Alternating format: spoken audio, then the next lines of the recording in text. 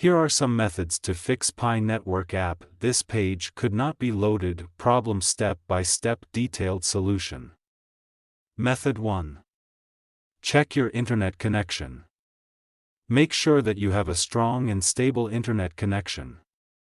You can do this by trying to access other websites or apps on your device. If you are not able to connect to the internet, try restarting your router or modem. Method 2. Update the Pi Network app. To do this, go to Play Store. Search for Pi Network. Go to Pi Network. If there is any update, update it. Method 3. Clear the Pi Network app cache and data. This will remove any temporary files that may be causing the error. To clear the app cache and data, long press on Pi Network app. Then click on App Info. Then click on Force Stop. Then go to Storage Cache.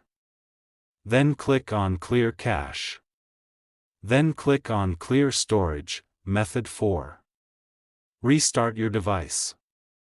After doing all these, just simply restart your device, and your problem will definitely be solved. If you are still having trouble with the Pi Network app, you can try contacting the Pi Network support team for help.